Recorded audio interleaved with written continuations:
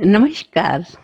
सम्मानित अभिभावक मंडल, आप सभी को श्री अरविंदो सोसाइटी के रूपांतर कार्यक्रम के प्रतिनिधि के रूप में मुझ संतोष का प्रणाम, अभिवादन, अभिनंदन।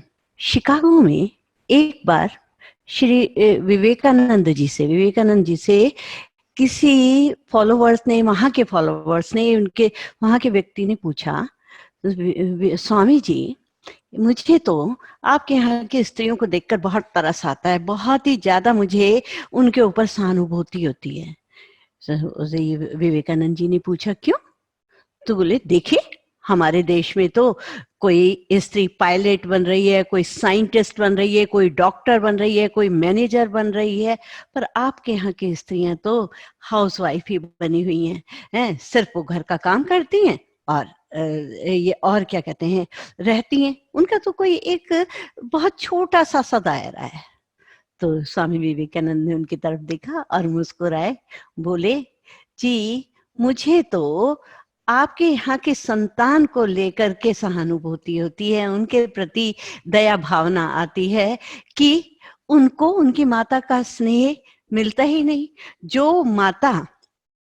जो माता उनका चरित्र निर्माण कर सकती है, जो उनके अंदर सारे मानवीय गुणों को स्थापित कर सकती है, उनके दैवीय गुणों को स्थापित कर सकती है, वो माँ तो उनके पास है ही नहीं।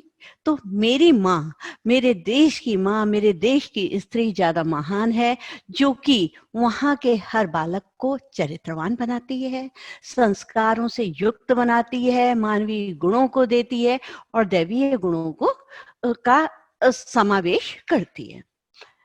वो निरुत्तर हो गया। ऐसे एक ये वाली बात तो चलिए, ये मेरे को बहुत पहले मैंने पढ़ी थी, सुनी थी, परंतु मुझे एक बार मैं मेरठ में ही थी और मेरठ में ये करीबन 10-12 साल की बात होगी। तो मैं एक बार अपने रिक्शा से जा रही थी, मैंने रास्ते में देखा एक 10-11 साल का बच्चा और एक साथ साथ उसकी माँ। उसके माँ के को देख करके पता चल रहा था कि उसके वैधव्य चिन्ह, विधवा स्त्री के चिन्ह स्पष्ट दिखाई दे रहे थे। वो एक छोटे से ठेले को लेकर जा रहे थे और उस ठेले के अंदर, छोटे से ठेले के अंदर छोटे छोटे बिस्किट, टॉफीज, स्टेशनरी का सामान और जो छोटा छोटा सा सामान होता है वो था। तो कभी आगे छोटा बच्चा खींचता था, पीछे से माँ धक्का लगाती थी। थोड़ी देर में बच्चा धक्का लगाता था, माँ साइकिल मतलब उसको चलाना शुरू कर देती थी। मैं सोचती रही, उस बात ने, उसकी परिस्थिति को देख करके मैं एकदम उद्वेलित हो उठी। काफी दिन तक मेरे दिमाग में घूमता रहा कि एक भारतीय स्त्री कितने परिश्रम करती है। अगर उसका पति चला जाए, उसके पति दिवंगत हो जाए, तो वो अपने पुत्र को, अपने संतान को एक पिता का भी भरपूर स्नेह दे देती है, अपना पूरा का पूरा उसको उसके अंदर दया, भावना, ममता, सहानुभूति देती है, उनके अंदर स्वाभिमान को जगाए रहती है। कितनी त्यागमयी है ये। आखिर ये सोच करके मैं हैरान रही। मैं सोचती रही, आखिर भारतीय स्त्री के अंदर, भारतीय नारी के अंदर कितने गुणों का संचार है, कितना उसके अंदर कितनी सहनशीलता है। स्वामी विवेकानंद ने एक बार कहा था कि अतीत का आधार, भूतकाल का आधार शक्ति संपन्न पुरुषों का था, परंतु भविष्य की आधारशिला आध्यात्मिक शक्ति संपन्न नारी की होगी। और वास्तव में देखा जाए, नारी ने जिस तरह से प्रारंभ से ही एक सृष्टि का भार उठा रखा है, वो शायद और किसी के अंदर संभव नहीं। तभी तो वो हमेशा यत्र नार्यस्तु पूज्यन्ते रमन्ते तत्र देवता, इसका उद्घोष इसी कारण तो हुआ, क्योंकि वो नारी इतना कुछ दे देती है, इतना कुछ दे देती है, जो कि शायद एक सृष्टि के पुरुष को देने की सामर्थ्य ही नहीं है। ये अगर देखा जाए तो स्वामी विवेकानंद को सकारात्मकता, सकारात्मक बुद्धि की स्थिति, कर्तव्यनिष्ठता, प्रेम परायण, दूसरों को सम्मान देना, दूसरों के सम्मान की प्रतिष्ठा करना, तो स्वयं ब्रह्मचर्य का पालन करना, इत्यादि गुण उनके कहाँ से प्राप्त हुए? उनकी माता भुवनेश्वरी जी से ही ना। कहते हैं कि उनके माता भुवनेश्वरी जी ने के पहली संतान चली गई थी, मतलब दिवंगत हो चुकी थी। उनकी ये वो उन्होंने दूसरी संतान यानी स्वामी विवेकानंद जो बाद में करके बने, उनका के लिए बनारस जाना उनके लिए संभव नहीं था। एक किसी स्त्री को उनको से कहा कि वो उनके लिए पूजा अर्चना करे, और उन्होंने उस संतान की उनके लिए इच्छा की और स्वयं भी वहाँ अपने घर पर रह करके उनके प्रति आराधना, सिर्फ संतान के लिए ही भगवान शिव से आराधना करती रही। और उनकी जब संतान हुई तो जो है वो बाद में आप सबको पता लगा कि वो अलौकिक गुणों से संपन्न थी। श्री रामकृष्ण परमहंस की माता श्रीमती शारदा देवी उनकी बाद में चलकर आध्यात्मिक माता बनी, और उनके द्वारा भी उनके अंदर बहुत सारे गुणों का समावेश हुआ।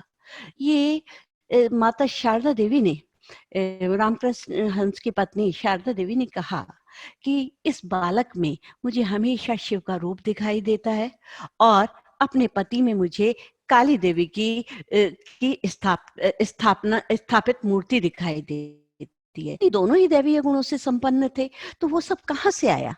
वो सब उनके माता के द्वारा आरोपित संस्कारों का और जन्मजात गुणों का ही समावेश था। ईश्वर, जब हम उनकी शिष्या निवेदिता ना, विवेकानंद जी की शिष्या थी निवेदिता जी, उन्होंने कहा था नारी ही है जो इस देश को जो इस नारी ही है जो इस देश का जीवन और आत्मा है। समस्त ज्ञान और संस्कृति उसी के अंदर निहित है, उसी के ऊपर केंद्रित है, उसके अंदर ही निहित है। यानी नारी, एक स्त्री कितना कुछ रखती है, कितना कुछ है। वो पृथ्वी की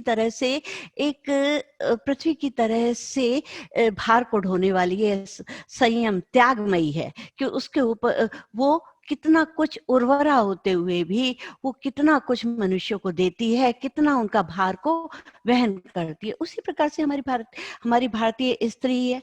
अब मुझे एक बात याद आती है, एक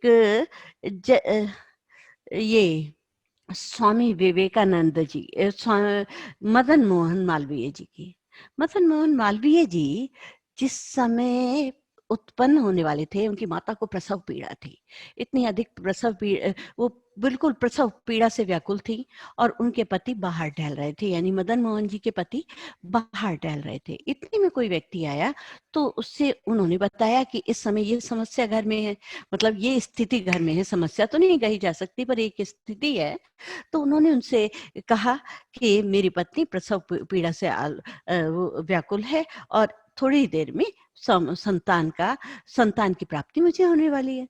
तो उन्होंने कहा, अरे ये तो इस समय जो ग्रह योग है वो तो एक राष्ट्रद्रोही का है।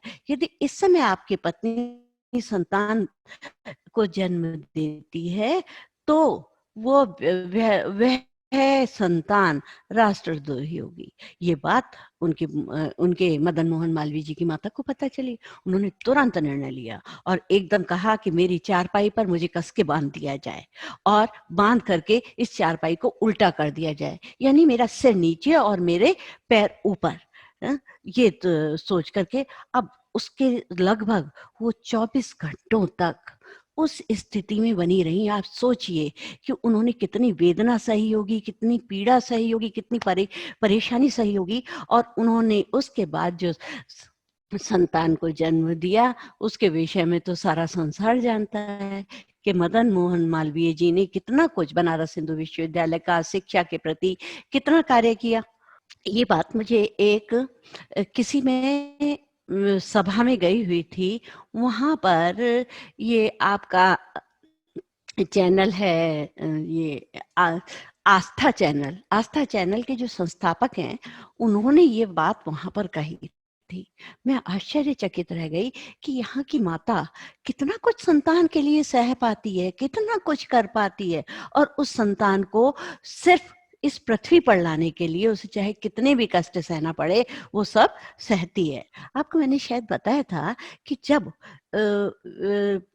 व्यक्ति के विकास का प्रथम काल होता है यानी गर्भावस्था काल होता है, उस समय एक चेतन सत्ता जो एक विकसित चैत्य पुरुष यानी एक चेतना ऊपर से अपनी प्रगति की इच्छा करती है और जब वो प्रगति की इच्छा करती है, धरा पर आकर पृथ्वी पर आकर के अपना पुनर्जन्म के माध्यम से विकसित होना चाहती है, एक प्रगति करना चाहती है, तो वो ऊपर से ही अपनी अभीप्सा के साथ और अभीप्सा और परिवेश के लिए कोई ऐसे उत्सुक होकर के किसी ऐसे आत्मा को इस प्रकार की जीवात्मा को देखना चाहती है जिसमें वो प्रवेश करके अपने विकसितीकरण कर सके। अब वो अभीप्सा और परिवेश ये भी आवश्यक है कि दूसरा जो जब ऊपर से आए कि नीचे वाला व्यक्ति उस अभीप्सा के लिए, उसकी ग्रहणशीलता के लिए कितना तत्पर है। जब वो ग्रहणशीलता चाहता है, तत्परता चाहता है, तभी वह आत्मा उसमें प्रवेश करती है और एक अलौकिक संतान की का उद्भवन होता है। जब परंतु इसमें ये बात कही जा सकती है कि वह अगर माता-पिता दोनों की इच्छा पर निर्भर हो, पर पिता की एक बार ना इच्छा इतनी अधिक ना हो, परंतु माता की हो, तो माता की इच्छा अनिवार्य है और वो वैसी की अलौकिक संतान उत्पन्न करती है। अब आप सोचिए कि एक माता किस तरह से एक संतान को धारण करती है, किस तरह की इच्छा वो रखती है, तो अगर और वो अपने गर्भावस्था काल में ही संतान के अंदर उस गुणों का समावेश कर देती है, जो गुण पृथ्वी पर आने के लिए आवश्यक होते हैं, जिससे कि एक सृष्टि का परिचालन, सृष्टि का संचालन बहुत भली प्रकार से हो सके। अगर माता काव्य की रचना करने लगती है उसके अंदर क्योंकि कुछ गुण संतान के प्रारब्ध पूर्व होते हैं यानी इनबॉर्न टैलेंट होते हैं, कुछ एक्वायर्ड टैलेंट होते हैं जो कि अर्जित हैं, जो कि समाज में आने पर अर्जित होते हैं। इनबॉर्न टैलेंट क्या होते हैं कि जब उसके अंदर जो प्रारब्ध से ही वो आत्मा लेकर आई है, जिस आत्मा का प्रवेश उसके गर्भ में हुआ था और उसके अनुसार तो कई बार ऐसा होता है कि वही उस संतान के माध्यम से ही उसकी रुचियां अभिरुचियां चेंज हो जाती हैं और कुछ माता स्वयं करना चाहती है गर्भ में ही। वो चाहती है जिस तरह के अगर माँ जो है काव्य के रूप में रुचि रखने लगती है तो बच्चा कवि रूप में पैदा हो जाता है। यदि वो किसी उत्साह से परिपूर्ण रहती है तो बच्चा उत्साही हो जाता है। बहादुरी के विषय में सोचती है जैसे कि अभिमन्यु, तो वो बहादुरी संतान को जन्म देती है। कभी-कभी अगर एक घटना है कि एक शोधकर्ता थे, लेडी थी, वो उन्हें किसी विषय पर शोध करना था और वो लगातार शोध में लगी हुई थी, संलग्न थी। तो उनकी जो पुत्री हुई उसके अंदर अद्वितीय गुण थे, हैं? वो शोध करना, तरह तरह की बातें करना, एक मानसिक उपज की वो भंडार थी, नई नई खोजें करती रहती थी। उसी तरह उनके पुत्र और पुत्री के लिए भी उन्होंने वैसा ही वातावरण का निर्माण किया और उससे क्या हुआ कि उनके पुत्र पुत्री भी एक विशिष्ट योग्यताओं से परिपूर्ण थे। इसके विपरीत अगर मैं देखूं कि एक बहुत ही मोटी छोटे कद की और अत्यधिक सुंदर स्त्री नहीं थी, परंतु उसने जब वो गर्भ धारण की उसने इच्छा की तो उसने सोचा मैं अपनी संतान को बहुत सुंदर बनाऊंगी और उसके साथ ही वो अपनी संतान को लेकर अपनी गर्भावस्था के समय में एक ऐसे रमणीक स्थान में ग्रामीण अंचल में पहुंच गई जहां प्रकृति का सौंदर्य विद्यमान था। उस प्रकृति के सौंदर्य में अभिभूत होकर जो उसने संतान को जन्म दिया वो वास्तव में अद्वितीय रूप से सुंदर थी, अलौकिकता से गुणों से परिपूर्ण थी। इस प्रकार के संतान को देखकर वो धन्य हो गई और उसे लगा ये तो मेरी अपनी सर्जना है, अरे कितना सुंदर, मैं इतनी बड़ी क्रिएटिव हूँ, जैसा मैं चाहती हूँ वैसा ही होता है। अर्थात जब और इस गुणों को एक जो है उन्होंने कहा है, श्री अरविंद ने कहा कि एक एक लघु भंगर बीज के अंतर में एक महान तरवर छिपा है।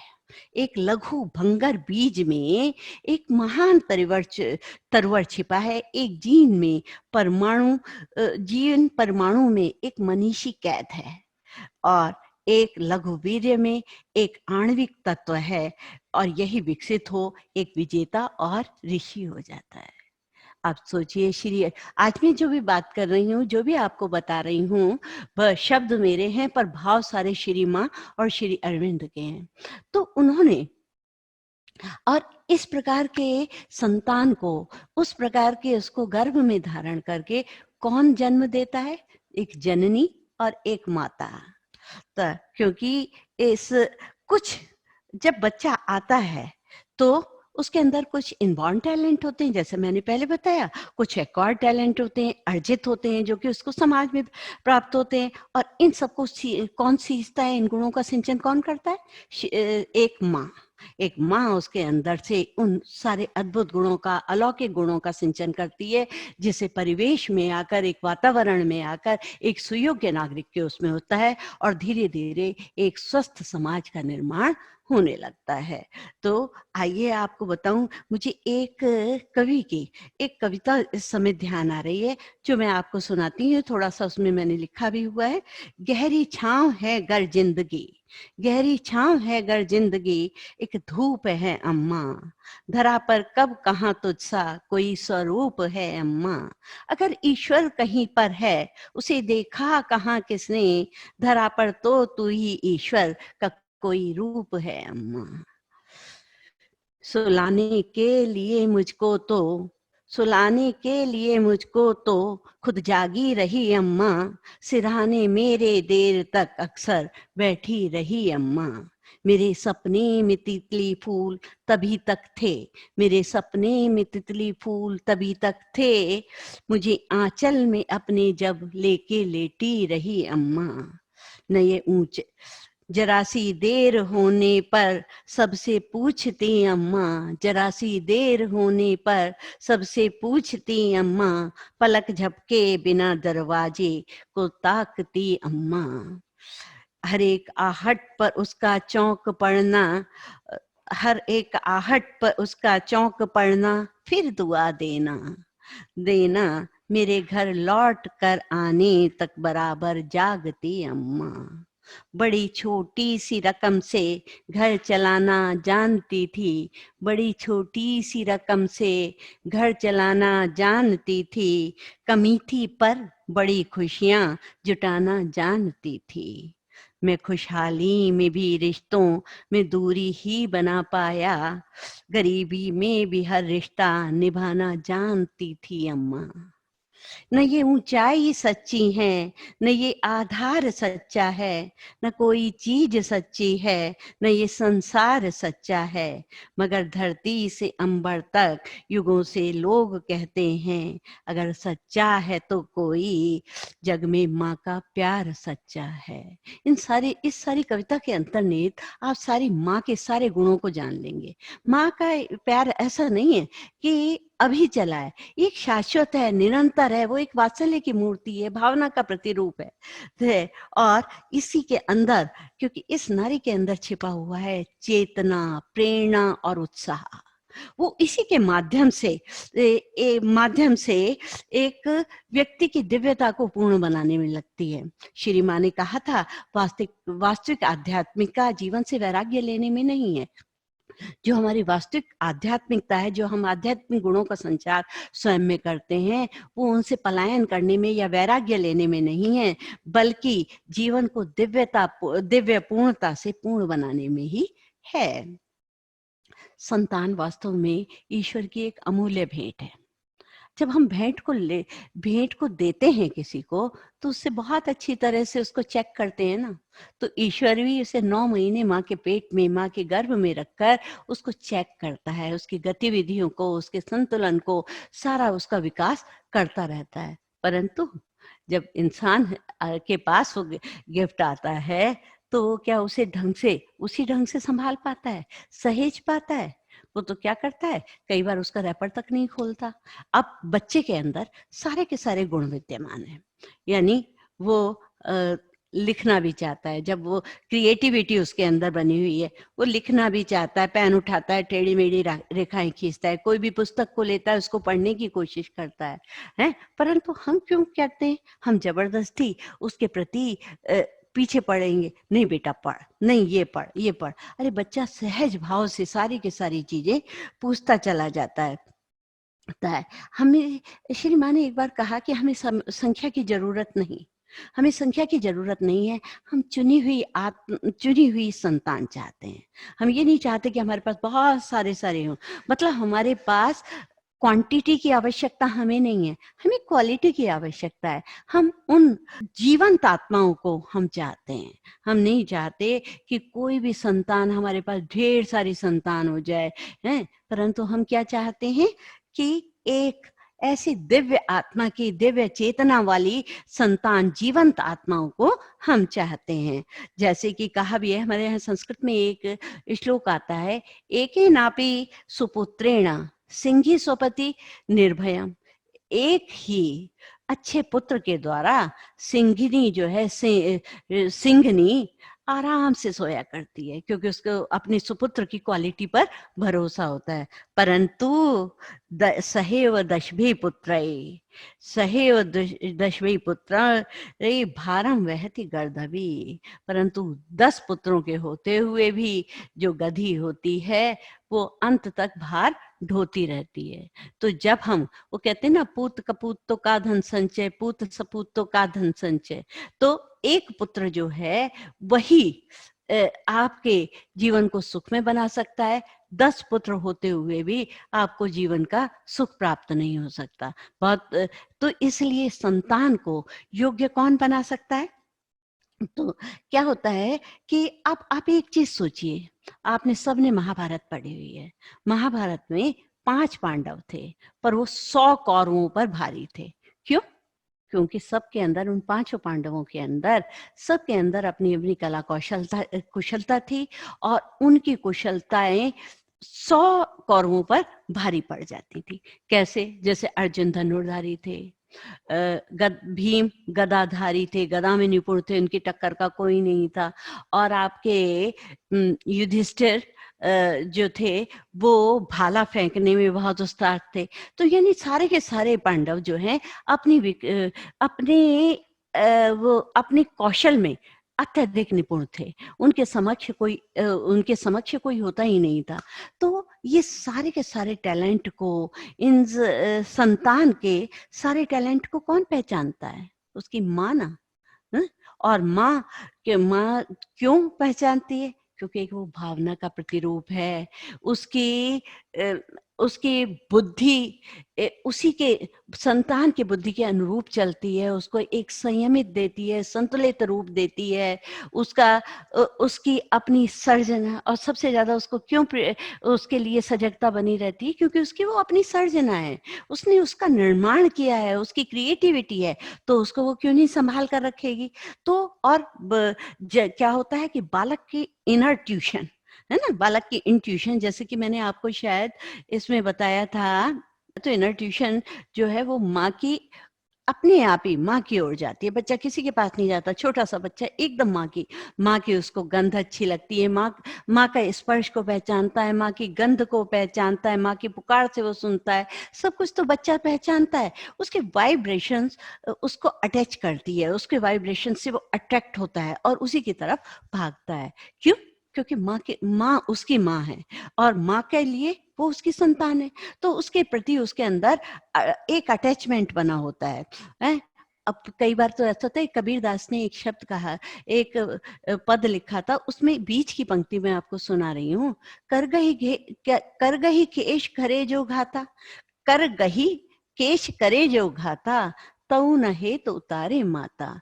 कि माँ जो है, माँ के बालों को पकड़ करके भी बच्चा खींचता है, तब भी उसका वो बुरा नहीं होती, हेत से नहीं, उसके हित से उसको नहीं उतारती, हर समय उसकी हित साधना में लगी रहती है। एक संस्कृत का श्लोक है जिसमें कि विद्या की क्वालिटीज को बताया है।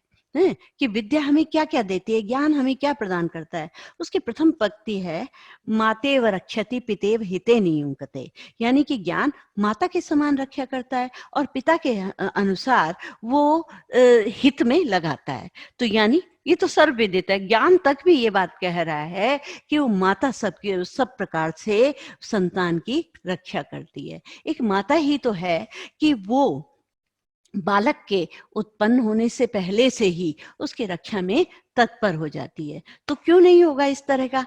अब बच्चे को एक जीवित जागृत अनुभूति, है ना? जीवित रूप में उसको जीवंत बनाना, उसको जागृत बनाना, एक अनुभूति जो है एक माँ ही तो दे पाती है। हर कोई तो नहीं दे सकता, किसी और को आवश्यकता ही क्यों है? क्योंकि जो संस्कार माँ दे सकती है शायद कोई भी नहीं दे सकता। अब इसीलिए एक याद है आपको कि जब श्री राम ने लंका पर विजय प्राप्त कर ली, वो विभीषण का राज्याभिषेक करने वाले थे। तो लक्ष्मण ने उनसे कहा, भाई, हे भ्राता, आप क्यों नहीं यहाँ पर ही रहने लगते? इतनी सोने की लंका है, इसके राजा आप ही बन जाइए, आप अपना ही राज्याभिषेक क्यों नहीं करा लेते? तो उसने राम ने उनकी तरफ मुस्कुराकर कहा, अपि स्वर्णमयी लंका न मे लक्ष्मण रोचते, अपि स्वर्णमयी लंका न मे लक्ष्मण रोचते, जननी जन्मभूमिश्च स्वर्गादपि गरीयसी। कि हे लक्ष्मण, मुझे सोने की होती हुई भी लंका मुझे अच्छी नहीं लगती, क्योंकि माता और मातृभूमि मेरे लिए स्वर्ग से भी बढ़कर है। यानी कि हमारे सारे शास्त्र, हमारे सारे एक अच्छे व्यक्तित्व इस बात को स्वीकार करते चले आ रहे हैं। तो आखिर कुछ तो होगा माता के अंदर, कुछ तो इस तरह की होगी। माता क्या करती है कि बच्चे के अंदर साहस, आत्मविश्वास, कर्तव्य निष्ठा, आज्ञाकारिता, अच्छे बुरे की समझ, सब कुछ तो वही प्रदान करती है। क्योंकि सबसे पहले कहा जाता है परिवार बालक की प्रथम पाठशाला है। और पाठशाला कैसे हुई? क्योंकि उसकी गुरु कौन है? माँ। प्रारंभ से ही बालक माँ के द्वारा ही सीखता है। वो अन्य पशुओं की तरह से उसका पालन नहीं करती, वो शेरनी की तरह से उसका परवरिश करती है। और बच्चे के अंदर क्रिएटिविटी, ट्रूथफुलनेस, हेल्पिंग नेचर सब कुछ पहले से विद्यमान होता है। कैसे विद्यमान होता है? जब छोटा बच्चा होता है, 1.5 साल से 2.5 साल का, जब बोलता है, वो कभी झूठ नहीं बोलेगा। वो सबकी सहायता करने के लिए तत्पर होता है। वो कुछ ना कुछ करना चाहता है, क्रिएटिविटी चाहता है। तो उसका पल्लवन, पोषण, सिंचन कौन करता है? एक माँ। माँ ही उसको आगे बढ़ाकर उसके गुणों के अंदर जो उसके अर्जित, उस गुणों के जो प्रारब्ध से प्राप्त गुण थे, उनको एक अर्जित प्रवृत्ति की तरफ, यानी एक्वायर्ड टैलेंट को उसको निखारती चली जाती है। तो अब सोचिए कि एक मिट्टी है? मिट्टी को बिल्कुल नहीं पता कि जो है वो उससे क्या-क्या आकार दे सकती है। परंतु उस मिट्टी के अंदर अ, उस गु उस मिट्टी जैसे वस्तु को उसके अंदर से तरह-तरह का आकार एक कुम्हार निकाल लेता है। कुम्हार को की जगह अगर मैं माता को रख दूँ, तो माता भी उन बच्चों उससे उसके यानी उस मिट्टी के माध्यम से, यानी उसके जो हल्के अंतर्निहित गुण हैं, जो कि किसी को, उस तक बालक को भी नहीं पता, तो उन गुणों से, उस वस्तु से नए-नए आकार दे सकती है। जैसे, क्योंकि मिट्टी की इतनी हैसियत ही कहाँ कि वो किसी को आकार दे दे। बालक की तो इतनी हैसियत नहीं है, बालक स्वयं नहीं जानता मेरे अंदर क्या गुण हैं, क्या कुछ मैं कर सकता हूँ। परंतु एक माता उसको अगर सही दिशा की ओर ले जाती है, सही दिशा की ओर उन्मुख करती है, तो वो उसे एक ऐसा सुगठित प्यारा-सा आकार दे देती है कि वो एक समाज में एक सुव्यवस्थित व्यक्तित्व ले पाता है। सभी तपस्याओं में सबसे अधिक कठिन है संवेदन और भावों की तपस्या, प्रेम की तपस्या। और वो कौन करती है? माँ। आधुनिक समय में भी अगर आप देखें तो एक स्त्री, देखो, परिवार की परिस्थितियों के अनुसार तो वो घर में रहती है, अपनी संतान, मैंने बहुत सारी स्त्रियों को देखा है जो सिर्फ संतान के आने से अपने अच्छे-अच्छे पद को छोड़कर अपने घर को रहती हैं। परंतु कभी-कभी नहीं भी रहती तो उनकी कोई ऐसी समस्या होती है, वो भी अपने बच्चे को स्वस्थ वातावरण देने के लिए बाहर भी निकलती हैं और उन्हीं के अनुकरण के माध्यम से बच्चा सीखता है। अगर कई बार ऐसा होता है कि घर में कोई-कोई माँ और पिता लड़ाई करते रहते हैं तो बच्चा क्यों नहीं लड़ाई करेगा? परंतु एक जो समझदार माँ होती है, वो हमेशा ऐसे वातावरण का निर्माण करती है, इस प्रकार का वातावरण देती है कि बच्चे के अंदर संवेगात्मक उचित संवेगात्मक विकास हो सके। यानी कि वह वातावरण के बच्चे को पता ही ना लगे कि घर में कोई लड़ाई की भी बात होती है, उनके संवेगों को एक उचित दिशा दे देती है, अच्छी आदतों का निर्माण करती है, कठोरता में वो कोमलता को करती है। वो बच्चे का एक विश्वास बनी होती है, क्योंकि बच्चा किसी पर विश्वास नहीं करता है, एक माँ पर ही अच्छी तरह से विश्वास कर सकता है। आपको शायद याद होगा, मैंने भी एक बार भी पहले भी बताया था अब्राहम लिंकन के विषय में। अब्राहम लिंकन संयुक्त राष्ट्र अमेरिका के 16वें राष्ट्रपति थे। यदि आप उनके जीवन को देखा जाए, शुरू में ना तो वो बहुत स्मार्ट व्यक्तित्व है, बहुत अच्छे व्यक्तित्व के, देखने के बाहरी व्यक्तित्व के स्वामी थे, ना ही वो एक समृद्ध थे, ना ही उनके अंदर कोई प्रतिभाओं का समावेश हुआ था। बल्कि अगर देखा जाए तो वो कुछ भी नहीं थे, कोई ऐश्वर्य नहीं था, कुछ नहीं। परंतु उनकी माँ, जबकि वो सौतेली थी, उन्होंने अंधेरे बंद कमरे में ही, जहाँ उससे सूर्य का प्रकाश भी नहीं आता था, अंगीठी की रोशनी में उसको जमीन पर लिख लिख करके सारे अक्षरों का ज्ञान कराया।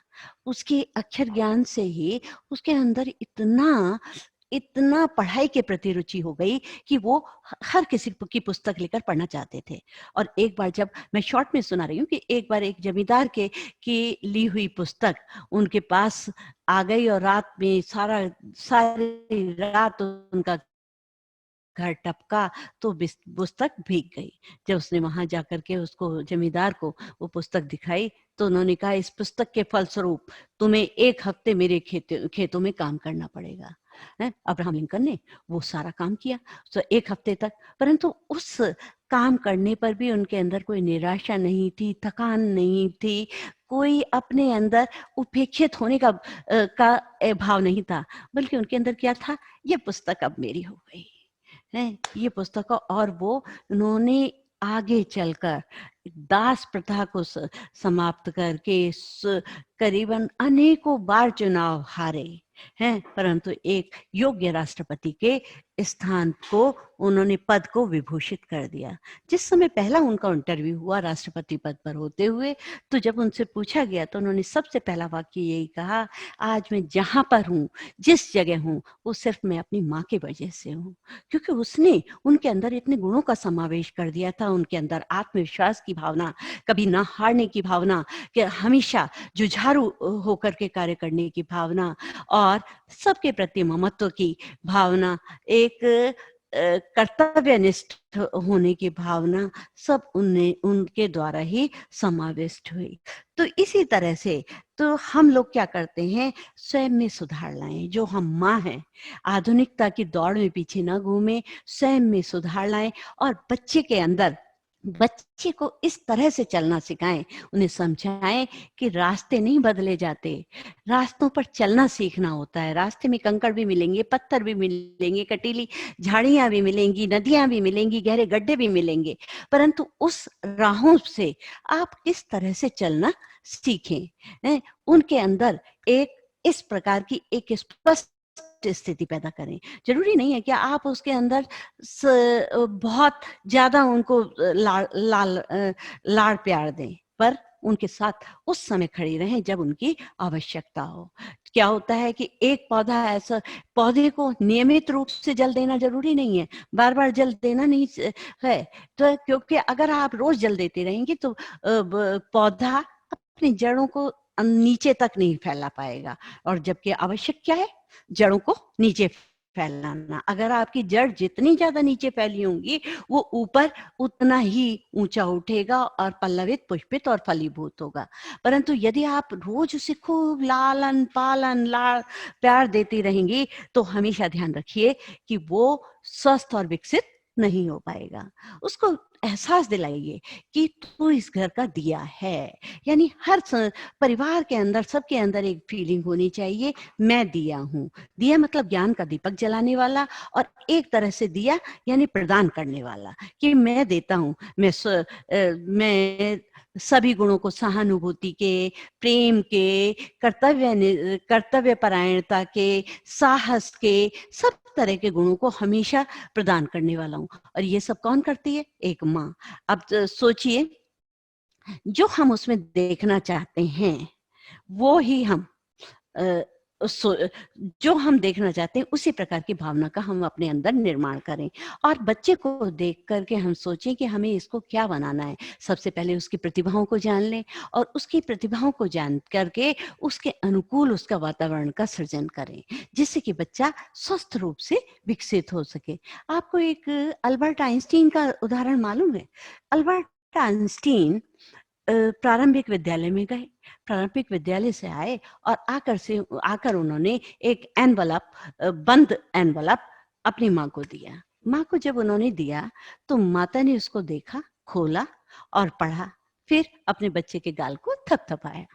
बच्चे ने पूछा उत्सुकतावश कि ये मेरे प्रिंसिपल ने दिया था, आप इसमें क्या लिखा हुआ है? तो उन्होंने कहा, बेटा, इसमें लिखा हुआ है कि आपका बच्चा अद्भुत गुणों से संपन्न है, अलौकिक गुणों से संपन्न है, इसलिए हमारा विद्यालय उसको पढ़ाने की सामर्थ्य नहीं रखता।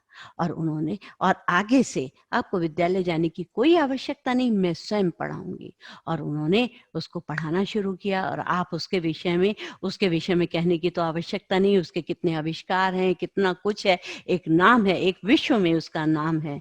और एक बार जब उनकी माता का देहांत हो गया तो अल्बर्ट आइंस्टीन ऐसे ही माता की अलमारी देख रहे थे। जब उन्होंने अलमारी खोली तो उसमें वो लिफ्ट मिला। उत्सुकतावश उन्होंने खोला और उसे पढ़ने लगे। उसके बाद चमत्कृत हो गए और उनकी आंखों से अविरल अश्रुधारा प्रवाहित होती रही। वो सोचते रहे कि क्या आपको भी उत्सुकता होगी कि उसमें क्या लिखा है? अधिकांश लोग उसको जानते भी होंगे। तो उसमें लिखा हुआ था, आपका बच्चा एकदम मंदबुद्धि बालक है। इसको हम अपने विद्यालय में प्रवेश नहीं करा सकते, उसको हम साधारण सामान्य बालकों के बीच में नहीं बैठा सकते। अतएव आप इसे अपने हिसाब से समायोजित करें, अपने हिसाब से उसकी उचित व्यवस्था कर लें। और देखिए, उस माँ ने उस बच्चे को एहसास नहीं होने दिया कि उसके अंदर क्या डिसक्वालिटी थी, क्या परेशानी थी, और स्वयं में उसका को अर्जित करके, उसको संभालते हुए, उसके अंदर गुणों का सर्जना करके आज उसको कहाँ पर ला दिया। तो मानना पड़ेगा ना कि माँ के अंदर क्या सामर्थ्य होती है, क्या वो क्या से क्या कर सकती है। तो हमें चाहिए कि हम उसके अंदर पांचों प्रकार का विकास करें। पांचों प्रकार का कौन सा विकास करें? शारीरिक विकास करें, मानसिक विकास करें, संवेगात्मक विकास करें, सामाजिक विकास करें, और साथ साथ आध्यात्मिक विकास भी करें। ये अगर इनका पांचों का भली प्रकार से विकास हो जाएगा तो वो एक अद्भुत बालक होकर के निकलेगा। बालक या बालिका जो भी है, एक अद्भुत उससे निकलेगी।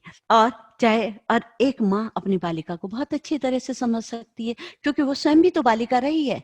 मानते हैं कि पिता बालक को अच्छी तरह संभाल सकता है, पर जब बालक टीन एज से पहले का होता है तो माँ ही उसके अंदर गुणों का संचार कर पाती है। और धीरे धीरे क्या होता है, मैंने एक चीज और बताई थी कि एक समय आता है कि बालक पितृ विरोधी हो जाता है, तो उस समय उसका माँ का ही जो सहारा है वो बहुत होता है। तो माँ जैसा समझाती है वैसा का वैसा ही वो होता है। वही उसे समझा सकती है कि बेटे, तेरे पिता इस तरह के नहीं है, तू उनके प्रति इस तरह का मत सोच। उसके विचार को परिवर्तित करती है। और उसी तरह से बालिका को तो वो भली प्रकार से जानती है, और क्योंकि वो खुद उस परिस्थितियों में से निकल करके आई है, तो वो क्या करती है, बालिका का निर्माण भी एक भली भांति कर सकती है। उन पांचों प्रकार का अगर संवेगात्मक विकास हो जाएगा तो उस प्रकार का उसमें माँ एक मुक्त प्रगति की व्यवस्था करती है। एक ऐसी प्रगति जिसका मार्गदर्शन अंतरात्मा से होता है। जो आदतों रूढ़ियों और कल्पित विचारों से नहीं हुआ हो। ये भी श्री माँ कहती हैं। श्री माँ कहती हैं कि हमारी व्यवस्था मुक्त विकास की व्यवस्था होनी चाहिए, यानी जिसका मार्गदर्शन बच्चे के अंदर से निकले, बच्चे के अंदर के जो स्वाभाविक गुण हैं उनका ही विकास हो सके, जिसके अंदर ना तो उसको कोई रूढ़ियां पसंद करें, परेशान करें, ना उनको आदतें परेशान करें, ना कोई कल्पित विचार जो कि समाज के द्वारा व्याप्त हो जाते हैं, कल्पना के द्वारा ऐसा नहीं करो, वैसा नहीं करो, एक उनको उनके विकास उसके बाधक ना बने कल्पित विचार, और बच्चा एक सहजता से अपनी अंतरात्मा से जो उसका करने का उसका उद्भवन हो, उसका ही विकास हो सके। क्योंकि और सबसे बड़ी बात है वो ही उसमें माँ ही उसके अंदर साहस को भरती है। अब एक सबसे बड़ी बात है कि जब हम भोजन करें हमेशा रहे, क्योंकि माँ का कार्य अधिकतर, अब तो खैर सभी बनाने लगे हैं, पर माँ का अधिकतर बच्चे को भोजन देना सबसे विशिष्ट गुण माना जाता है। तो एक हमेशा हम ध्यान रखें कि बच्चे को अपने साथ ही भोजन कराएं, सब लोग मिलकर के ही भोजन कराएं, क्योंकि भोजन के द्वारा केवल तन तन ही विकसित नहीं होता, मन भी विकसित होता है। और जैसा खाएं अन्न वैसा हुई मन। अब जो है, अगर हम ऐसा भोजन बच्चे को देते हैं जो भय से युक्त हो, हिंसा से युक्त हो, तो हम कैसे मान सकते हैं कि बच्चे का पल्लवन उस ढंग से हो पाएगा जिस प्रकार से उसके अंदर निडरता का, साहस का संचार हो सके। तो हमेशा हमें चाहिए कि हम बच्चे को वो वाइब्रेशन दें, डाइट की वाइब्रेशन दें, जिससे कि उसका संवेगात्मक विकास भी भली भांति हो सके। किसी प्रकार के भी आर्ग्यूमेंट उसके साथ ना करें, किसी प्रकार के भी कंप्लेंट उस समय ना करें जिस समय हम भोजन कराएं उसका, क्योंकि घर के अंदर एक माता का ही उनकी आवश्यकता होती है कि सात्विक धन को का आगम हो, उसके घर में आगमन हो, जिससे कि मन सात्विक हो, तन सात्विक हो, और उससे ही क्या होगा, एक सृष्टि सुंदरतम हो जाएगी। ये और खुद उसको, क्योंकि आजकल का समय क्या हो रहा है कि टैलेंट और टेक्नोलॉजी का समय है। अब इसमें तो आपको बहुत परेशानी होती है। कारण क्या है कि बच्चे के अंदर टैलेंट है और टेक्नोलॉजी इतनी डेवलप हो गई है कि आप उसको क्या करें। तो आप ये मत सोचिए, आप उससे स्वयं कहिए कि बेटा मुझे नहीं आता, आप उसको समझा सकते हैं, और खुद भी एम्पावर हूं और उसको भी एम्पावर करें। और अपने एक चीज और है कि आप केवल संतान का ही ध्यान नहीं रखें, अपने पति का ध्यान ही ना रखें, बल्कि स्वयं अपना भी ध्यान रखें। उसका कारण ये है, अगर आप स्वस्थ होंगी तो आप अपने परिवार को भी स्वस्थ रख सकती हैं। यदि आप अपने बच्चे के लिए नाश्ता तैयार करती हैं तो अपना नाश्ता भी साथ साथ बनाएं। अगर आप उसके लिए फल देती हैं तो स्वयं भी खाएं, अपने पति के लिए देती हैं तो ऐसा नहीं है कि अपने को उपेक्षित करके आप सबका ध्यान रखते रहें, क्योंकि आज की समय की मांग है ये। ऐसा नहीं। अब टैलेंट और टेक्नोलॉजी में अब सबसे बड़ी परेशानी क्या होती जा रही है कि बच्चे के अंदर टीवी देखने की बहुत आदत होती जा रही है। तो उसके लिए हमें क्या करना होगा कि बच्चे के अंदर 3 चीज़ें होती हैं। 3 क्या, कि 4 चीज़ें होती हैं। क्या होती है कि इमोशंस होते हैं, बिलीफ होते हैं और बिहेवियर। अब हम उसके केवल व्यवहार को ध्यान ना देखें। हम क्या करें कि अगर कोई समस्या हमारे सामने आती है, खैर टीवी की समस्या को तो हम बाद में पेरेंटिंग में बात करेंगे, केवल मैं यहाँ पर थोड़ा-सा आपको बता देती हूँ कि बच्चा अगर आक्रोश में है, बच्चा कोई ऐसी समस्या से ग्रस्त है, यानी कि बच्चा बंक करने लगा है, तो माँ को चाहिए कि उसके बिहेवियर पर ध्यान ना दें, बल्कि सबसे उसके बिलीफ पर जाएँ और फिर उसके इमोशंस को पर जाएँ। यानी कि उसका कारण सोचें, उसका समस्या क्या है, ऐसा क्यों हुआ और उसका निवारण मैं कैसे करूं।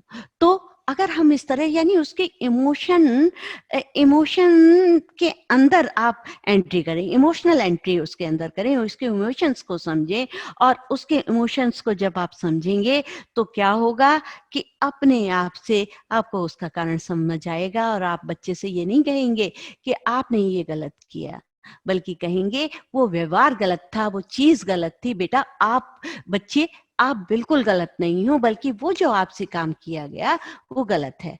तो इससे क्या होगा कि बच्चा एक स्वस्थ मानसिकता को आगे लेकर बढ़ेगा, वो आपसे खुल करके अपनी बात करेगा, आपसे आपसे अटैच होने की कोशिश करेगा, डिटैच होने की नहीं।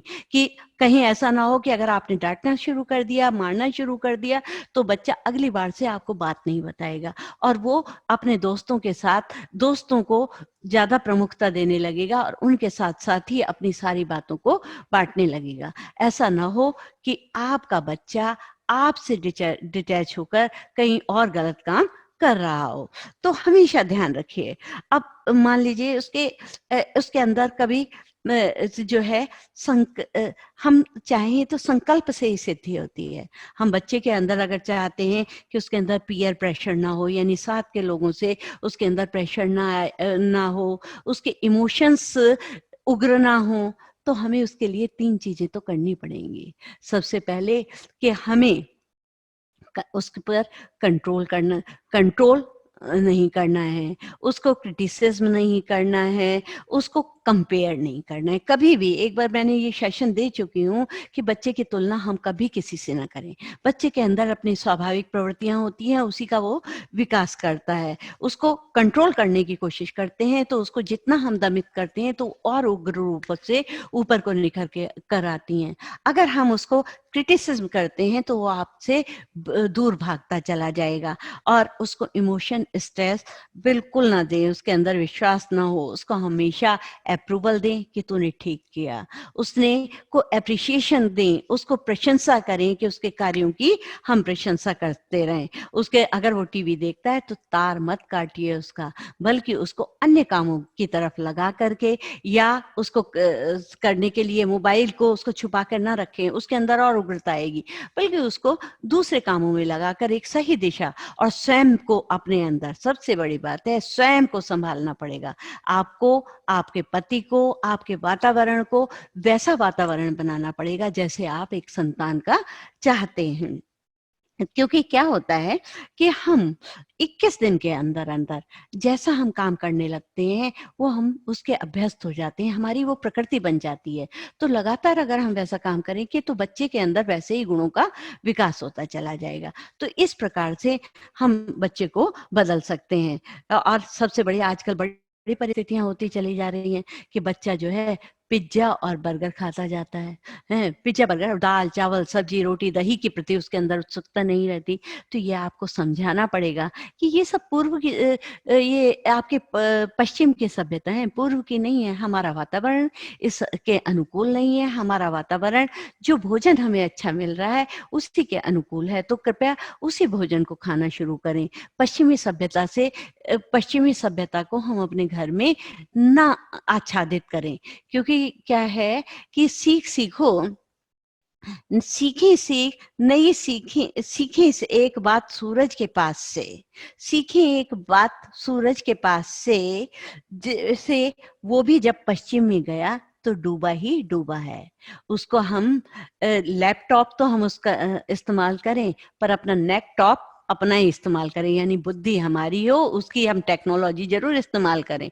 तो हमेशा आप बच्चों की तरफ ये ध्यान रखिए कि हमें बच्चों के साथ पश्चिमी सभ्यता पर नहीं डूबना है। ये देर से जागने का, देर-देर तक सोना, रात को देर तक जगना, उसको भोजन की उचित व्यवस्था, कपड़ों की व्यवस्था, उसका हमेशा आपको ध्यान रखना पड़ेगा, हैं? उस रंग में आप ना डूबें और अपने बच्चे को, जिसकी वजह से हमारा भारत एक माना हुआ है, उसके अच्छे व्यवहार पर, उस पर ध्यान दें कि वो कैसा व्यवहार कर रहा है और उसको ये नहीं कि बहुत सारी चीज़ें उस पर लाद दें। नहीं बेटा तू डांस भी सीखेगा, तू जूडो पर भी जाएगा, तू जिम भी जाएगा, तू ये भी करेगा बच्ची के साथ। पर इतनी सारी बातें जब हम सिखाते हैं तो बच्चा एक भी नहीं सीखता। उसकी इस प्रतिभा को पहचानें, उसके माध्यम से उसे बातें सम समझाएँ और उसके अनुकूल ही उसके प्रति आचरण करें और प्रश्न का तरीका बदल दें। प्रश्न का तरीका कैसे बदल दें? पहले आप पूछते थे, "तू कहाँ गया था? तूने क्या खाया? तूने अभी तक खाना नहीं खाया या नहीं?" अब आप पूछिए, "बेटा, आज आपने किसके साथ शेयर किया? आज आपने भोजन को किसके साथ शेयर किया? आपने अपना लंच ले गए थे, शेयर किया?" या आप पूछिए कि आज किस-किस बच्चे ने आपके साथ क्या अच्छाई की? आज क्या आपने किसी छोटे बच्चे की मदद की?